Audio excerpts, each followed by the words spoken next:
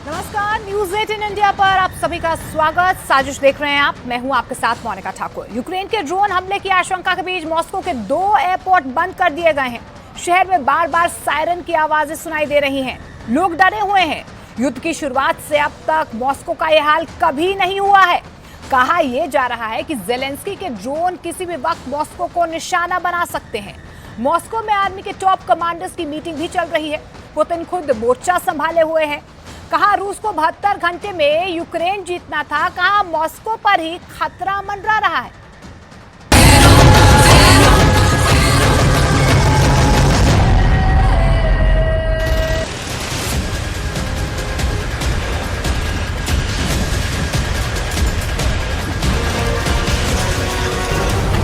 आसमान और रूस में दुश्मनी छिड़ गई है। ना हवाई सुरक्षा सिस्टम साथ दे रहा है, ना चांद पर भेजे लूना 25 ने साथ दिया। दोनों फेल हो गए। रूस इस वक्त बहुत बड़े संकट से गुजर रहा है।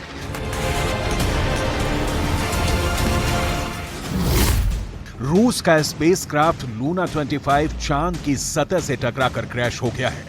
रूस की स्पेस एजेंसी रोसकोमोस के मुताबिक लैंडर एक अनियंत्रित कक्षा में घूमने के बाद क्रैश हो गया। शनिवार को ही लूना 25 से स्पेस एजेंसी का संपर्क टूट गया था। रूस ने लगभग 50 वर्षों बाद चांद पर कोई मिशन भेजा था। सालों की मेहनत और बहुत सारा पैसा देखते ही देखते खाक हो गया। लूना 25 के क्रैश की कहानी आपको भी जरूर जाननी चाहिए। सबसे पहले लूना 25 अपनी ऑर्बिट से बाहर निकला। खतरा यहीं से शुरू हो गया। लूना 25 को वहां पहुंचना था जहां से चांद की दूरी सिर्फ 18 किलोमीटर रह जाती, लेकिन लूना की लैंडिंग होती उसके पहले ही वो क्रैश हो गया। मतलब ऑर्बिट चेंज करने के दौरान लूना ऑफ बीट में चला गया और क्रैश हो गया। रोसकोमोस ने कहा है कि लूना 25 मिशन की शुरुआती जांच से पता चलता है कि मैनूवर के समय वास्तविक और अनुमानित काउंटिंग में गड़बड़ हुई। इस वजह से स्पेसक्राफ्ट एक ऐसी कक्षा में चला गया जिसकी अपेक्षा ही नहीं की गई थी। इस गड़बड़ी की वजह से लूना ग्लोब लैंडर बर्बाद हो गया। जमा डिटेल ये की, लूना 25 को 21 अगस्त को चंद्रमा के दक्षिणी ध्रुव पर उतरना था।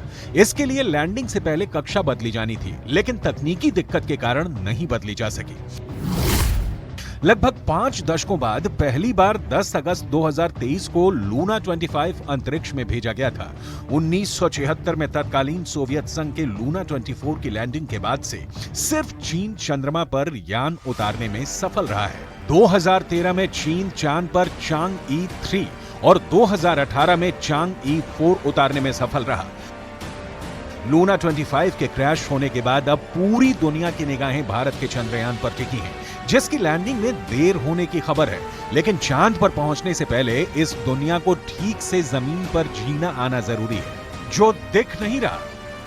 मॉस्को में लूना 25 के क्रैश होने के बाद सन्नाटा पसरा है, तो दूसरी ओर मॉस्को में सायरन की आवाजें कान के पर्दे फाड़ रही हैं। सड़कों पर वीरानगी नहीं पसरी, लेकिन लोग सहमे हुए हैं। खौफ का खेल महायुद्ध की शुरुआत से जो शुरू हुआ, उसकी परिणति मॉस्को में मौत बनकर नाच रही है।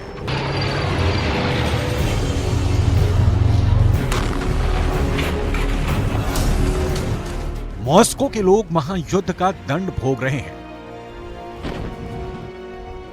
पुतिन की जंग ने रूस के मॉस्को में मातम सा क्यों पैदा कर दिया है, इसका जवाब आपकी स्क्रीन पर है। इसकी डिटेल आपको दिखाएंगे, लेकिन आगे फिलहाल पुतिन की सरकार मॉस्को को हमले से बचाने के लिए एक्शन में है। मुख्य हवाई अड्डों पर सभी उड़ानें रद्द कर दी गई हैं। ड्रोन हमले की आशंका को देखते हुए यह फैसला किया गया है। मॉस्को में कुछ जगहों पर ड्रोन हमले हुए थे, जिनमें सरकारी इमारतों को भी निशाना बनाया गया था। रूस के रक्षा मंत्रालय के मुताबिक मॉस्को की ओर आ रहे यूक्रेन के ड्रोन को जैम कर दिया गया, जिसमें वो क्रैश हो गया। 24 जुलाई को भी यूक्रेन ने मॉस्को पर ड्रोन से हमले किए। इस ड्रोन हमले में 2 इमारतें प्रभावित हुई थी। क्रेमलिन के ऊपर फटे ड्रोन का धमाका भी आपने देखा है। लिहाजा ये डर मॉस्को में एक दिन में पैदा नहीं हुआ। रूस की खुफिया एजेंसियों को, रडार सिस्टम को, एयर डिफेंस फोर्स को चकमा देकर यूक्रेन के ड्रोन रूस के भीतर आकर हमले कर रहे हैं। मामला बहुत गंभीर हो चुका है। रूस में ज़ेलेंस्की जहां चाहे हमला कर रहे हैं।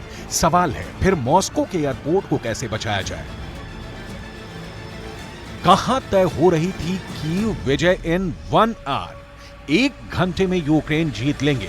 कहां पुतिन के लिए अपने ही आशियाने को तबाह होने से बचाना मुश्किल हो रहा है। ज़ेलेंस्की के ड्रोनों ने पुतिन की आंखों की नींद उड़ा दी है। मॉस्को में सुरक्षा एजेंसियों की मीटिंग पर मीटिंग हो रही है।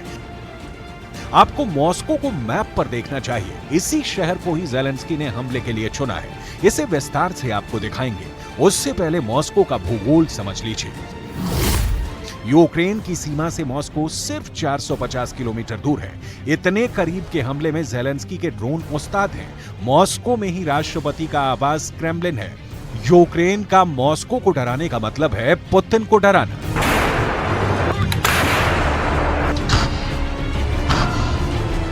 पुतिन ने कच्ची गोलियां नहीं खेली हैं। ना ही यूक्रेन या नाटो के पास इतनी पावर है कि दोनों मिलकर रूस को तबाह कर दें।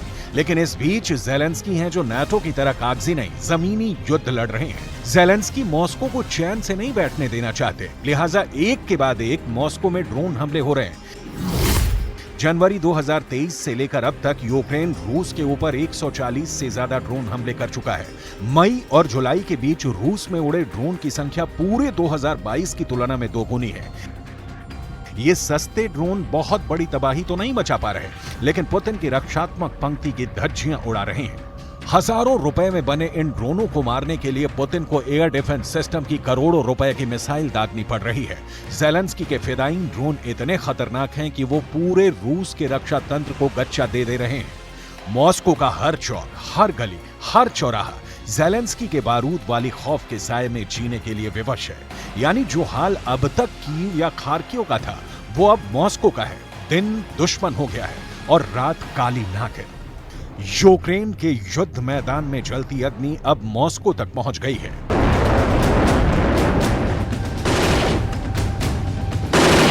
सीधा सा सवाल है, आम आदमी का सवाल है, रूस का एयर डिफेंस सिस्टम यूक्रेन के ड्रोन हमले के सामने फेल क्यों हो रहा है? इसकी डिटेल आगे। अभी ज़ेलेंस्की के उस ड्रोन की डिटेल जिसने मॉस्को के ऊपर खतरा पैदा कर दिया है। मॉस्को पर हमले के लिए ज़ेलेंस्की की सेना यूक्रेनी बावर यानी UJ-22 एयरबॉर्न का इस्तेमाल कर रही है। स्पेक ऑप्स मैगजीन की एक रिपोर्ट के मुताबिक UJ-22 एयरबॉर्न यूक्रेन में डिजाइन किया गया एक हाईली वर्सिटाइल यानी अत्यधिक बहुमुखी ड्रोन है। इसे स्वायत्त रूप से या दूर या किसी कमांड सेंटर से कंट्रोल किया जा सकता है। ये ड्रोन 82 mm के 4 मोर्टार माइंस या 4 RPG 7 ग्रेनेड तक ले जा सकता है। UJ-22 एयरबॉर्न लंबी दूरी के मिशनों को सटीकता के साथ अटैक कर सकता है। ये ड्रोन अधिकतम 800 किलोमीटर तक उड़ान भर सकता है। चूंकि मॉस्को यूक्रेन की सीमा से लगभग 450 किलोमीटर दूर है, ऐसे में ये ड्रोन मॉस्को पर हमला करने में सक्षम है। तो क्या ज़ेलेंस्की के ड्रोन को पुतिन का एयर डिफेंस सिस्टम रोक नहीं सकता? इस सिस्टम में इतनी काबिलियत नहीं है। तो क्या ज़ेलेंस्की के ड्रोन को पुतिन का एयर डिफेंस सिस्टम रोक नहीं सकते? इस सिस्टम में इतनी काबिलियत नहीं है। इस सवाल का मुकम्मल जवाब किसी के पास नहीं है। दुनिया भर के एक्सपर्ट्स का जो मानना है उसके मुताबिक ज़ेलेंस्की के ड्रोन के आगे रूस के एयर डिफेंस सिस्टम के फेल होने के पीछे जो 5 कारण हैं, वो आपकी स्क्रीन पर है। यूक्रेन के ड्रोन के सामने रूस का एयर डिफेंस सिस्टम कमजोर क्यों? पहला कारण, रूस की हवाई सुरक्षा कम दूरी के ड्रोन को लेकर नहीं, बल्कि मिसाइलों, बैलिस्टिक मिसाइलों, एयरक्राफ्ट, बम वर्षक को रोकने पर केंद्रित है। अब तक परंपरागत युद्ध की तैयारी करते रूस ने ड्रोन को लेकर कोई ठोस सिस्टम डेवलप नहीं किया है। लिहाजा बड़ी बड़ी मिसाइलों को तो रूस नेस्तोनाबूद कर रहा है और कुछ ड्रोनों को भी। लेकिन रूस का वर्तमान एयर डिफेंस सिस्टम यूक्रेन के ड्रोन हमले को पूरी तरह रोक पाने में सक्षम नहीं है। यूक्रेन के ड्रोन के सामने रूस का एयर डिफेंस कमजोर क्यों? दूसरा कारण, ड्रोन जमीन पर बहुत नीचे उड़ सकते हैं, इसलिए कई बार ड्रोन रूस के एयर डिफेंस की पकड़ में नहीं आता है। इसका उदाहरण रूस पर हुए हमले में दिख रहा है, जो क्राइमिया से लेकर मॉस्को तक में कहर बरपा रहे हैं। यूक्रेन के ड्रोन के सामने रूस का एयर डिफेंस सिस्टम कमजोर क्यों? तीसरा कारण, रूस के पास भी लिमिट में मैन पावर है, लिमिट में डिफेंस सिस्टम है। रूस युद्ध में पहले ही बहुत सारे हथियार और रूबल खर्च कर चुका है। हथियार के गोदाम ही नहीं, रूबल वाले खजाने में भी कमी हो रही है, लिहाजा ड्रोन को रोकने के लिए नई तकनीक के विकास पर बहुत सारा खर्च होने वाला पैसा और समय दोनों इस वक्त रूस के पास नहीं है।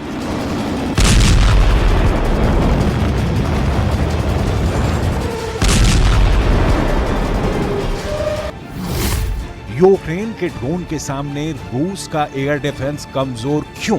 चौथा कारण, रूस के पास जो एयर डिफेंस सिस्टम है उनमें से ज्यादातर की तैनाती सीमा पर है। रूस कुछ एयर डिफेंस सिस्टम को फ्रंट लाइन से वापस लाकर मॉस्को में तैनात कर सकता है, लेकिन रूस का यह कदम फ्रंट लाइन पर यूक्रेन के जवाबी हमले में रूस के सैनिकों को कमजोर करेगा। यूक्रेन के ड्रोन के सामने रूस का एयर डिफेंस कमजोर क्यों? पांचवां कारण, ड्रोन बहुत सस्ते होते हैं, लेकिन इन्हें टारगेट पर पहुंचने से पहले ध्वस्त करने के लिए महंगी मिसाइलों को दागना पड़ता है।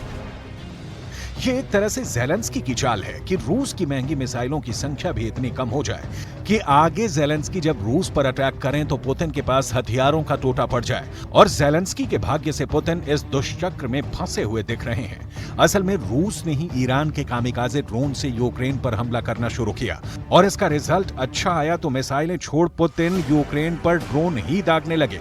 पुतिन का यह फंडा ज़ेलेंस्की को भी समझ में आ गया और फिर शुरू हो गया यूक्रेन की फैक्ट्रियों में ड्रोन का प्रोडक्शन, जो रूस में घुसकर मार कर रहे हैं और पुतिन लाल लाल आंखों से बस टुकुर टुकुर ताक रहे हैं।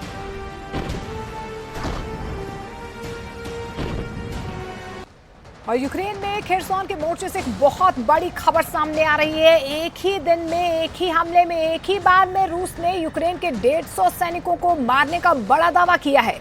निप्रो नदी का यह भयंकर मोर्चा रोज सैकड़ों सैनिकों की जान ले रहा है।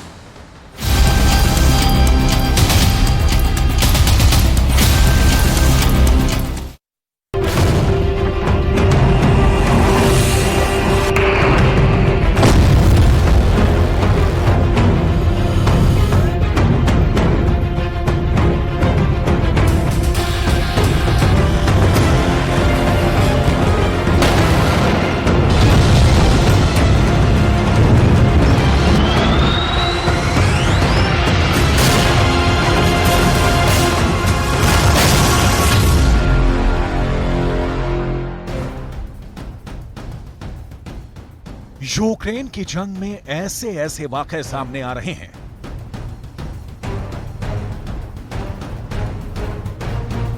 ऐसे खतरनाक युद्ध के मोर्चे लगे हुए हैं जहां एक एक सेकंड में 100 सैनिकों की मौत हो जा रही है। अब युद्ध के हथियार इतने एडवांस हो चुके हैं कि दुश्मन की एक चूक पूरी की पूरी टुकड़ी का सफाया कर दे रही है और यह सब बाकायदा बदला लेकर हो रहा है। रूस और यूक्रेन की फौजें एक दूसरे पर घात लगाकर हमला करने के लिए ताक में बैठी हुई हैं और पलक झपकते ही जंगी मैदान में मौत नाच रही है।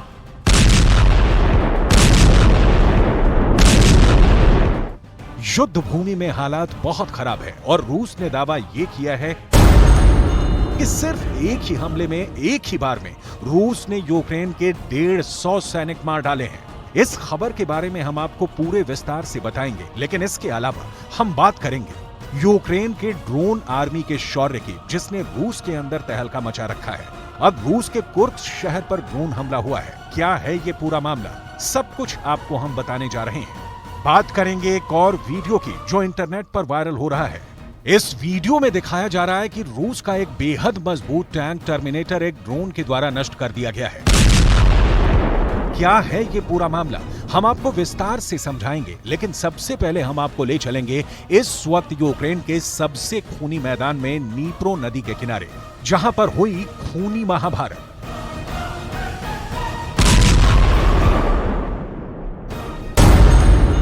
रूस की आर्मी की तरफ से शनिवार को यह दावा किया गया कि खेरसोन के इलाके में नीप्रो नदी पार कर रहे यूक्रेन के 150 सैनिकों को मार दिया गया है। आखिर रूस ने किस हमले का इतना खूंखार बदला लिया है, ये हम आपको बताएंगे, लेकिन सबसे पहले हम बात करेंगे कि आखिर रूस की सेना की तरफ से क्या दावा किया गया है।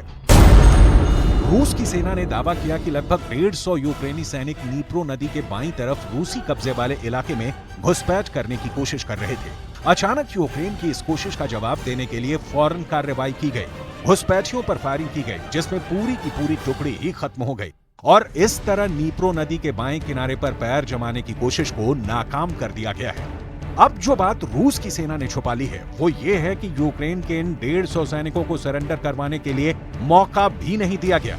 बदले की कार्रवाई करते हुए ताबड़तोड़ अंधाधुंध फायरिंग खोल दी गई, जिसमें यूक्रेन के सैनिकों को भागने का मौका भी नहीं मिल पाया।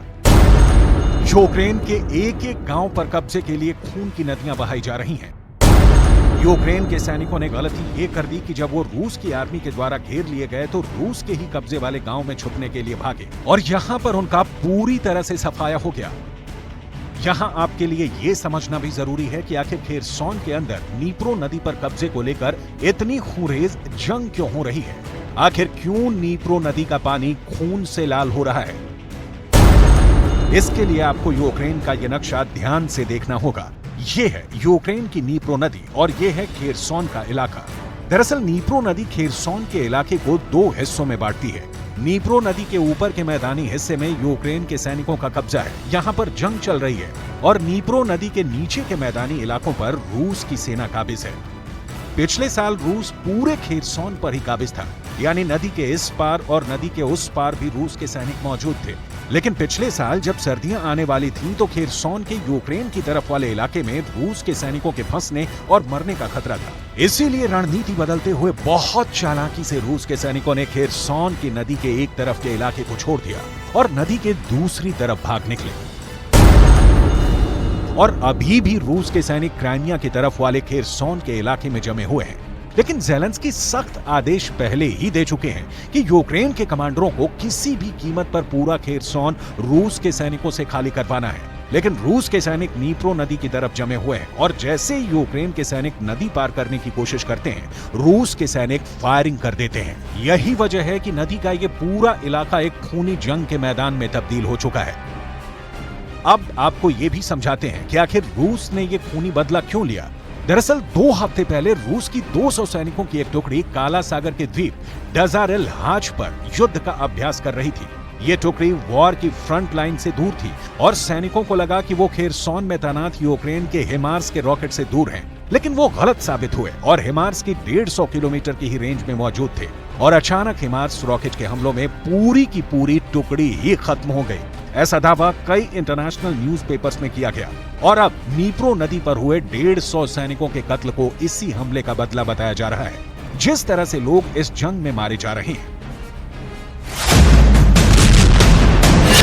फरवरी 2022 में यूक्रेन में युद्ध शुरू होने के बाद से मारे गए या घायल हुए यूक्रेनी और रूसी सैनिकों की संख्या कुछ अमेरिकी अधिकारियों का हवाला देते हुए न्यूयॉर्क टाइम्स की एक रिपोर्ट में 5 लाख के करीब बताई गई थी। कई रिपोर्ट्स में दावा किया गया है कि यूक्रेन के भी 70,000 से ज्यादा सैनिक इस युद्ध में मारे जा चुके हैं। यूक्रेन के सैनिक आखिर कैसे ड्रोन्स को ऑपरेट करते हैं, इस पर भी कई वीडियो सामने आ रहे हैं। हम आपको यूक्रेन के युद्ध के मैदान की तस्वीरें दिखा रहे हैं। ये यूक्रेन की आर्मी के जवान हैं जो ड्रोन्स के इस्तेमाल में काफी कुशल हो चुके हैं। ये सैनिक ड्रोन्स की लोकेशन को इलेक्ट्रॉनिक स्क्रीन से जोड़कर भी देख सकते हैं और दुश्मन की लोकेशन के हिसाब से ड्रोन्स का मूवमेंट करवाते हैं। Это глаза. Самые настоящие глаза. Вот, как человеку с плохим зрением плохо жить, так и, собственно говоря, для армии, если нету глаз, то, ну, да. Ну, вот примерно так выглядит проезд БМП. То есть это машина с пехотой на борту, то есть куда-то на позиции заезжали.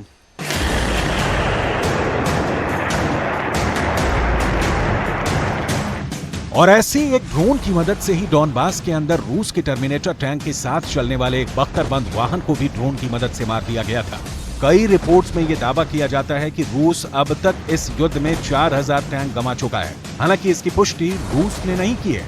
BMPG टर्मिनेटर का मुख्य काम सैनिकों को मूवमेंट देने के लिए रास्ते को खाली करवाना होता है, लेकिन ड्रोन हमलों में कई टैंकों को मारा गया है। पिट पिट कर ही यूक्रेन लड़ना सीख रहा है और लगातार ड्रोन की मार झेल रहे यूक्रेन ने एक बार फिर से दावा किया है कि उसने रूस के 15 ड्रोन मार गिराए हैं। यूक्रेन ने दावा किया है कि रूस ने शनिवार की रात को ड्रोन से हमला किया था, लेकिन यूक्रेन की वायुसेना ने 15 ड्रोन्स को मार गिराया। कई रिपोर्ट्स में दावा यह है कि यह हमला रूस के कुर्स्क शहर से किया गया है और यही वजह है कि रूस के कुर्स्क शहर पर ही यूक्रेन ने ड्रोन से जवाबी हमला बोल दिया। इसकी तस्वीरें भी रूस की तरफ से जारी की गई हैं। कुर्स्क रूस का बॉर्डर सिटी है और यहाँ के रेलवे स्टेशन पर यूक्रेन के ड्रोन्स ने हमला कर दिया है। इस हमले में रेलवे स्टेशन की छत को नुकसान पहुंचा है। कुर्स्क के गवर्नर और अधिकारियों ने रेलवे स्टेशन का दौरा किया है। अभी 2 दिन पहले मॉस्को के अंदर एक्सपो सेंटर पर भी यूक्रेन का ड्रोन हमला हुआ था।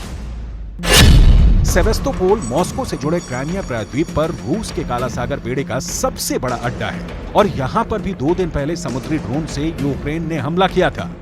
समंदर में जो हमला हुआ उसे तो रूस झेल गया, लेकिन रूस की राजधानी मॉस्को पर जब ज़ेलेंस्की का ड्रोन अटैक होता है तो सवाल पुतिन पर खड़े होने लगते हैं। मॉस्को के लोग ड्रोन अटैक से हैरान और अचंभित नजर आ रहे हैं और कई ऐसे लोग हैं जो डरते हुए ये बता रहे हैं कि वो एकदम सुरक्षित हैं और हमले के बाद भी जिंदा हैं। इस साल रूस और यूक्रेन में रूस के कंट्रोल वाले इलाकों में 120 से ज्यादा ड्रोन हमले यूक्रेन कर चुका है। 3 मई को तो पुतिन के आधिकारिक आवास क्रेमलिन पर ही हमला कर दिया गया था और रूस की तरफ से यूक्रेन पर आरोप लगाया गया था कि पुतिन को मारने की कोशिश की गई है, जिससे यूक्रेन इनकार करता रहा है। यूक्रेन ने जो ड्रोन अटैक किया उससे रेलवे स्टेशन की इमारत को नुकसान जरूर पहुंचा, लेकिन किसी की जान का नुकसान नहीं हुआ। लेकिन यूक्रेन का दावा है कि उसके शहर चेर्निहिव के अंदर रूस ने जो हमला किया उसमें कई लोगों की मौत हुई है और 35 से ज्यादा लोग घायल हुए हैं। Значить, це була подія, організована громадською організацією, яка займається просуванням дронів, навчанням дронами і так далі.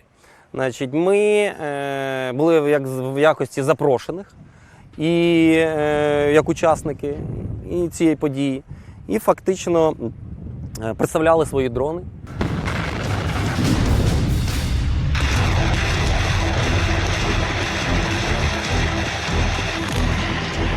यूक्रेन के आंतरिक मंत्री इगोर क्लेमेंको ने सोशल मीडिया पर पोस्ट कर हमले की पुष्टि की। उन्होंने दावा किया कि घायलों में 11 बच्चे भी शामिल हैं।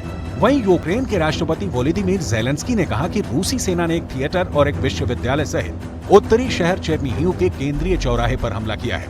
ज़ेलेंस्की ने घटना का एक वीडियो भी जारी किया, जिसमें देखा जा सकता है कि सोवियत काल की एक बड़ी इमारत के चारों ओर मलबा दिखाई दे रहा है, जिसके चारों ओर खड़ी कारें आंशिक रूप से नष्ट हो गई हैं, छतें और खिड़कियां टूट गई हैं। Сьогодні після 11 години я сидів в кафе, яке знаходиться в тому куті, і пив каву.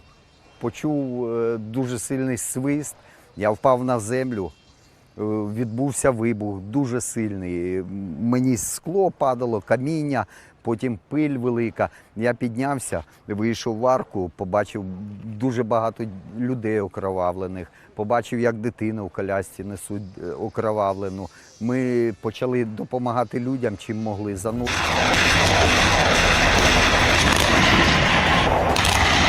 कुल मिलाकर यूक्रेन की हालत लगातार पतली होती जा रही है। रूस पर ड्रोन हमले करने में तो यूक्रेन सफल हुआ है, लेकिन वो रूस को कोई ऐसी बहुत गहरी चोट नहीं पहुंचा सका है जिससे जंग का रुख पलट जाए।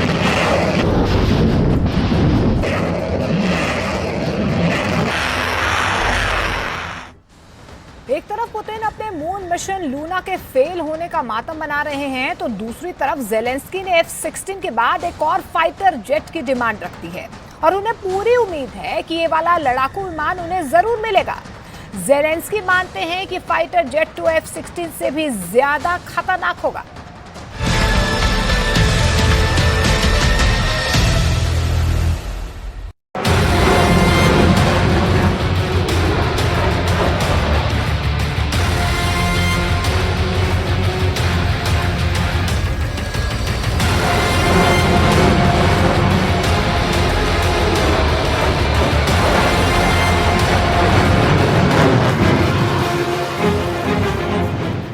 ज़ेलेंस्की की नजरें अब इस फाइटर जेट पर गड़ गई हैं। ज़ेलेंस्की की डिमांड अब F-16 के आगे बढ़ गई है।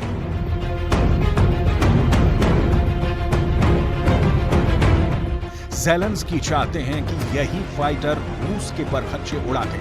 ज़ेलेंस्की चाहते हैं कि यही लड़ाकू विमान उनकी नैया पार लगा दे। इस फाइटर जेट से ज़ेलेंस्की को बहुत उम्मीद है। इस फाइटर जेट को लेकर यूक्रेन के टारगेट पर जीत है।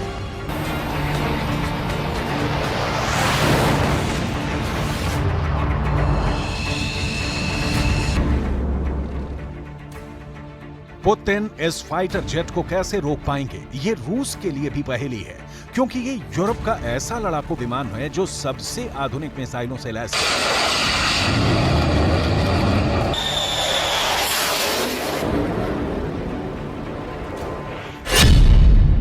इस फाइटर जेट का नाम है ग्रिपेन। ये स्वीडन का बनाया हुआ बहुत ही आधुनिक लड़ाकू विमान है और अब ज़ेलेंस्की इसे यूक्रेन की एयरफोर्स का हिस्सा बनाना चाहते हैं। वो इसी विमान से रूस पर हमला करना चाहते हैं।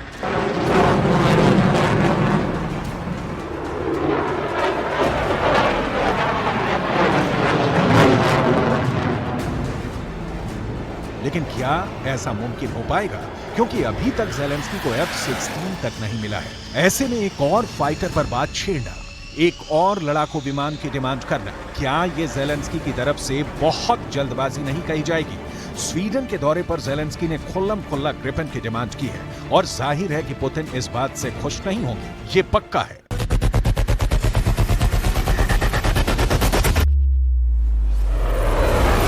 Говорили і про іншу сильну шведську машину, літаки Гріпен. Це гордість Швеції.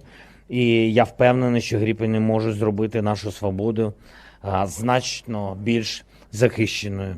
Тестові випробування Гріпенів за участі українців, наших пілотів. ज़ेलेंस्की का दावा है कि यूक्रेन के पायलट्स ने ग्रिपेन पर टेस्ट फ्लाइट भी शुरू कर दी है, यानी उसे आजमाना शुरू कर दिया है। लेकिन बड़ा सवाल ये कि उनको ग्रिपेन वाकई में मिलेगा या फिर ज़ेलेंस्की अपना और यूक्रेन का वक्त खराब कर रहे हैं।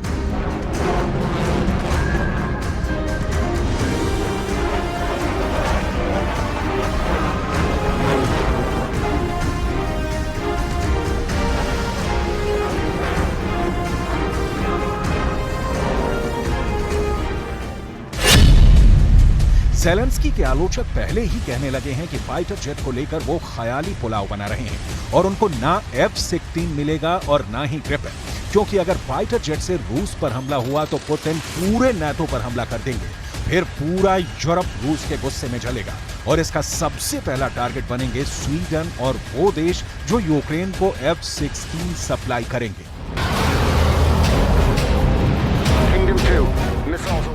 इसमें कोई शक नहीं कि स्वीडन का ग्रिपेन बहुत ही शानदार फाइटर जेट है, जो 5वीं पीढ़ी का तो विमान नहीं, लेकिन इसकी खूबियों के आगे दुनिया के कई फाइटर जेट 19 साबित हुए हैं। ये पहला फाइटर जेट है जिसे दुनिया की सबसे खतरनाक air to air missile meteor से लैस किया गया। इस मिसाइल की रेंज 80 से 150 किलोमीटर तक है। ग्रिपेन के नए वर्जन में ऐसी 7 मिसाइल लगाई जा सकती हैं। इस मिसाइल को देखकर दुश्मन का सबसे जांबाज पायलट भी इससे फासला बनाए रखेगा।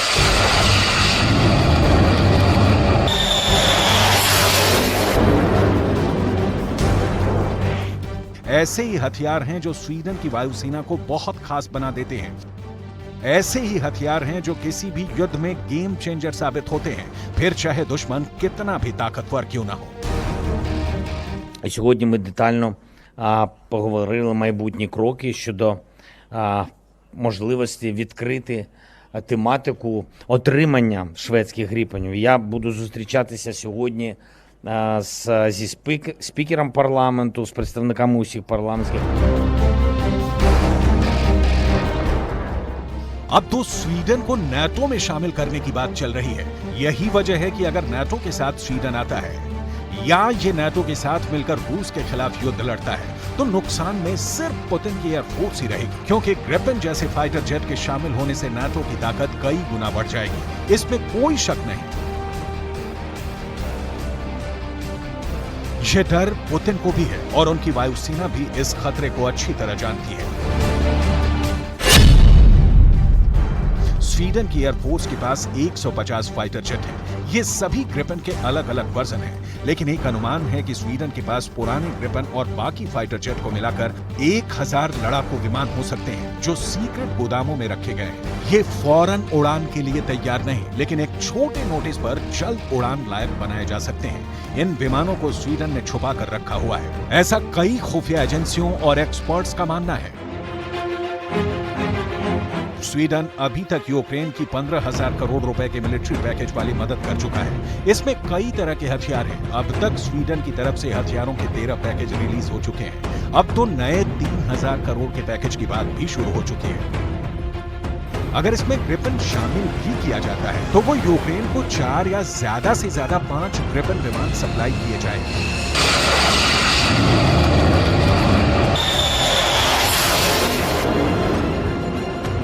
इसलिए सवाल तो स्वीडन की नीयत और ज़ेलेंस्की के उत्साह दोनों पर खड़े किए जा सकते हैं।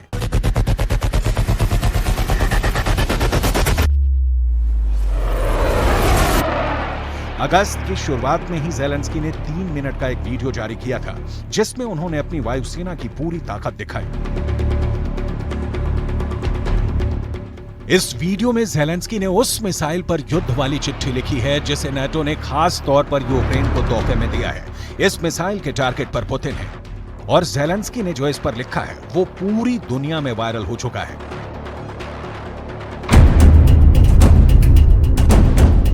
इस वीडियो में ज़ेलेंस्की ने पुतिन के युद्ध के खिलाफ जहर उगला। इस वीडियो में ज़ेलेंस्की ने वो हथियार बहुत खामोशी से दिखा दिए जिसके बारे में जानने के लिए पुतिन की खुफिया एजेंसियां महीनों से काम पर लगी हुई हैं।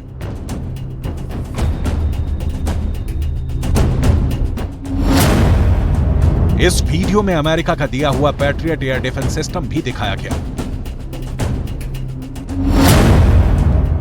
इस वीडियो में जर्मनी से मिला आयरस-T एयर डिफेंस सिस्टम भी साफ साफ नजर आया। इस वीडियो में ज़ेलेंस्की ने पहली बार दुनिया को स्टॉर्म शैडो मिसाइल भी दिखाई। इस वीडियो में ज़ेलेंस्की फ्रांस से मिले स्कैल्प मिसाइल भी सबके सामने पेश कर दी और फिर उस पर लिखा यूक्रेन जिंदाबाद।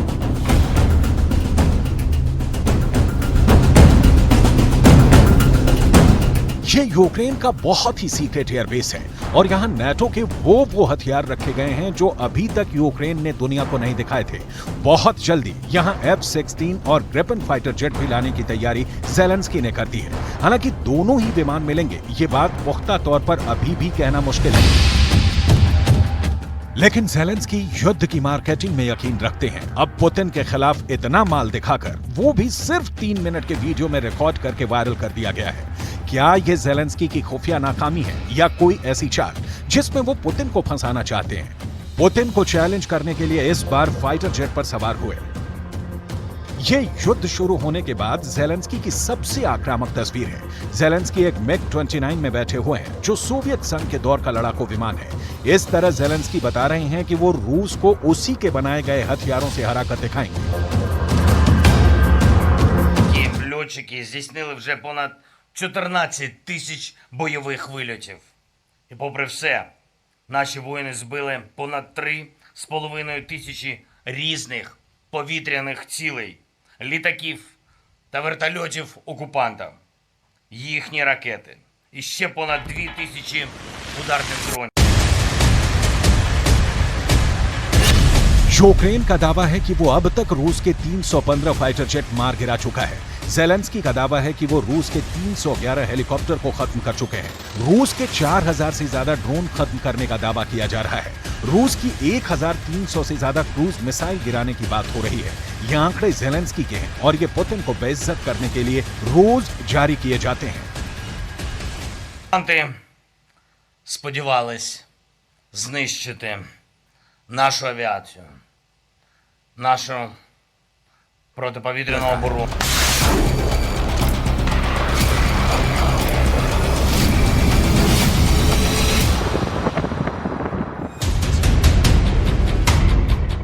ज़ेलेंस्की का इस सीक्रेट एयरबेस का दौरा एक बड़े मकसद के साथ दुनिया भर में टीवी पर दिखाया गया।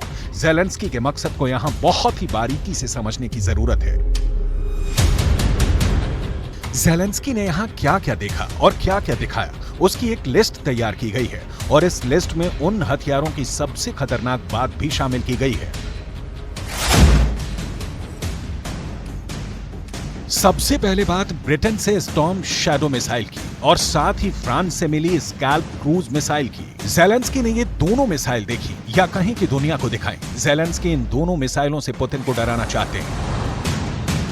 खास बात यह है कि ये दोनों मिसाइल एक दूसरे की कॉपी हैं, दोनों एक जैसी हैं। दोनों को फ्रांस और ब्रिटेन ने मिलकर तैयार किया है।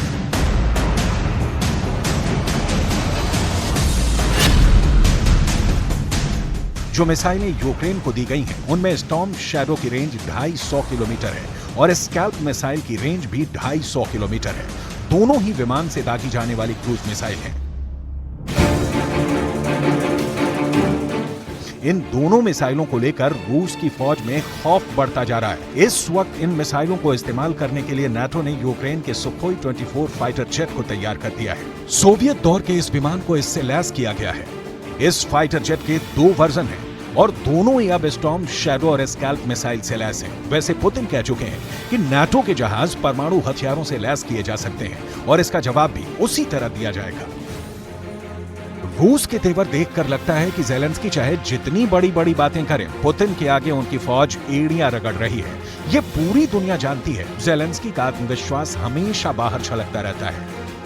इसकी बड़ी वजह अमेरिका से मिला लाखों करोड़ वाला पैकेज है। ज़ेलेंस्की काउंटर अटैक की बातें लगातार कर रहे हैं क्योंकि इसमें बाइडेन से मिला डॉलर वाला आशीर्वाद सबसे ज्यादा मायने रखता है। ज़ेलेंस्की को मालूम है कि काउंटर अटैक को लेकर वो अपनी जितनी तारीफ करेंगे, अमेरिका से उतनी ही ज्यादा मदद मिलेगी। ग्रिपेन और F-16 के आने का मतलब है कि यूक्रेन के आसमान में दुनिया के सबसे आधुनिक फाइटर जेट एक दूसरे के सामने उतरेंगे और उनका आमना सामना हो गया तो ये यूरोप के आगे की टक्कर होगी। ऐसे हालात में विश्व युद्ध को रोकना मुश्किल हो जाएगा।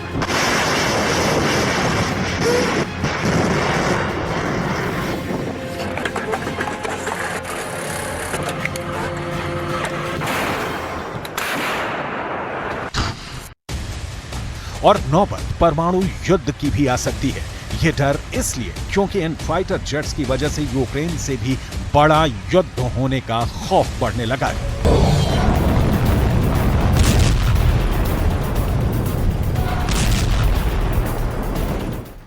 इधर बौखलाए पोलैंड को रूस के हमलों से बचाने के लिए नेटो ने एड़ी चोटी का जोर लगाना भी शुरू कर दिया है। पोलैंड ने भी सेकेंड वर्ल्ड वॉर के बाद पहली बार अपने घातक हथियारों से शक्ति प्रदर्शन किया है। पोलैंड ने डंके की चोट पर कहा है कि रूस के हर हमले का मुंह तोड़ जवाब दिया जाएगा।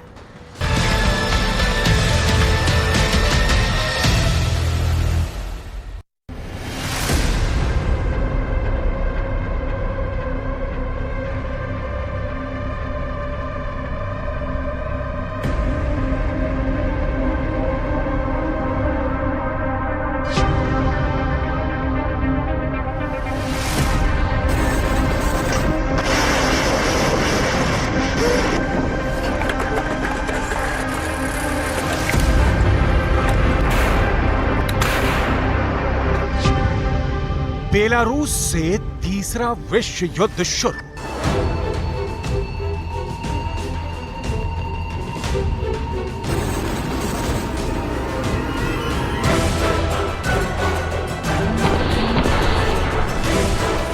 जिसका डर था वो डर अब सामने आ चुका है। पुतिन का रूस बेलारूस की जमीन से तीसरे विश्व युद्ध की शुरुआत करने जा रहा है।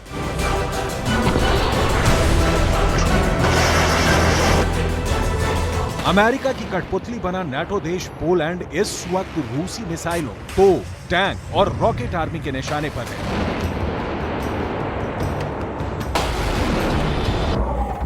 हालात ये हो गए हैं कि एक तरफ रूस यूक्रेन पर पिछले 45 दिनों से ऑपरेशन जेड चला रहा है, जिसकी वजह से यूक्रेन के दक्षिणी इलाके में रूस के 1 लाख सैनिक, 555 तोप और 1800 टैंक के साथ भयानक हमले कर रहा है। फैल गया है।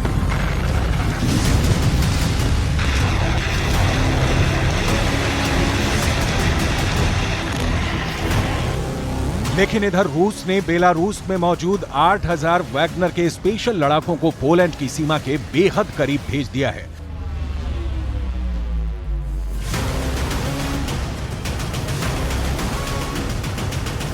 अब खबर आ रही है कि पोलैंड ने नाटो और अमेरिका के इशारे पर रूस से बेहद खूनी जंग करने का मन बना लिया है। हालात ये हैं कि पोलैंड के 10,000 से ज्यादा स्पेशल फोर्स के कमांडो बेलारूस बॉर्डर पर भारी हथियारों के साथ हमले की पोजीशन ले चुके हैं। दावा किया गया है कि रूस के सैनिक, बेलारूस के सैनिक और वैगनर लड़ाके 95 किलोमीटर में फैले सुवाल्की गैप से हमला करने जा रहे हैं। हम आपको रूस के पूर्व सैन्य कमांडर एंड्री गुरोलेव के वो सनसनीखेज दावे दिखाने जा रहे हैं जो डंके की चोट पर कह रहे हैं कि पोलैंड का महाविनाश होने जा रहा है।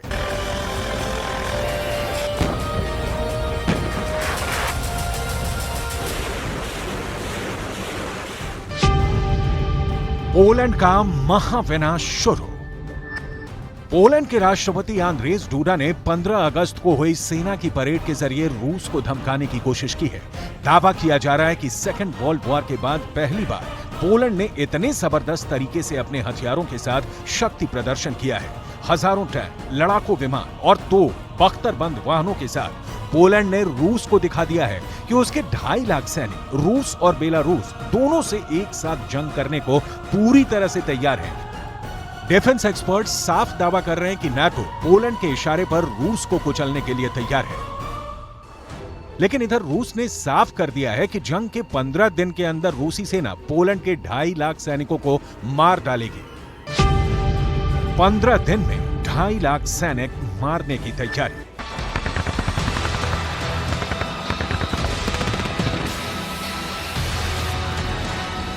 अब आप ये भी जान लीजिए कि अचानक रूस की तरफ से पोलैंड पर भयानक हमले की तैयारी क्यों हो रही है और क्यों रूस के राज्य ड्यूमा के सदस्य और पूर्व सैन्य कमांडर एंड्री गुरोलेव ने पोलैंड को मठिया मेट करने का दावा किया है। जरा देखिए रूस के पूर्व सैन्य कमांडर एंड्री गुरोलेव ने पोलैंड पर क्या कहा है।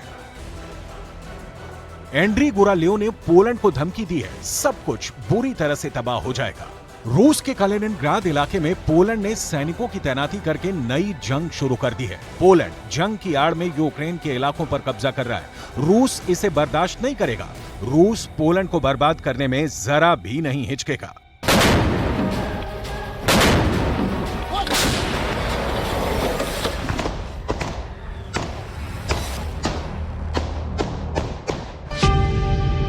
रोंडालो 400 किलोमीटर का इलाका। Безопасности Российской Федерации возросли кратно.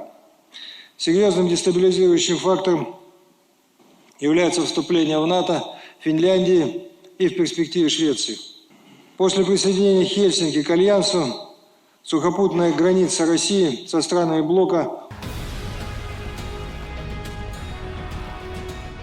रूस के सामने पोलैंड की सेनाएं 24 घंटे भी नहीं टिक पाएंगी। इसी खतरे को देखते हुए नाटो ने रूसी हमले से पहले ही अपनी फौजों को वहां पर तेजी से तैनात करना शुरू कर दिया है। इन तस्वीरों को देखकर आपको अंदाजा हो जाएगा कि पोलैंड पर रूसी हमले का खतरा कितना ज्यादा बढ़ चुका है। हैरानी की बात यह है कि बेलारूस से यूक्रेन और पोलैंड दोनों की सीमाएं लगती हैं, जिसकी वजह से रूस अब यूक्रेन और पोलैंड पर ट्रिपल अटैक की रणनीति अपना रहा है। बेलारूस की तरफ से यूक्रेन पर लगभग 2 लाख सैनिक हमला करने जा रहे हैं, जबकि बेलारूस की तरफ से पोलैंड पर 1.5 लाख रूसी वैगनर लड़ाके और बेलारूस के सैनिक हमला करने जा रहे हैं। अमेरिका के अंत की शुरुआत। यूक्रेन के बाद पोलैंड से जंग लगभग शुरू हो चुकी है। कुछ एक्सपर्ट्स का दावा है कि अगर पोलैंड रूस से जंग हारा तो अमेरिका का अंत तय है, क्योंकि रूस ने बेलारूस से सटी पोलैंड के 95 किलोमीटर इलाके से तीसरे विश्व युद्ध की शुरुआत का मन बना लिया है। जरा देखिए कैसे।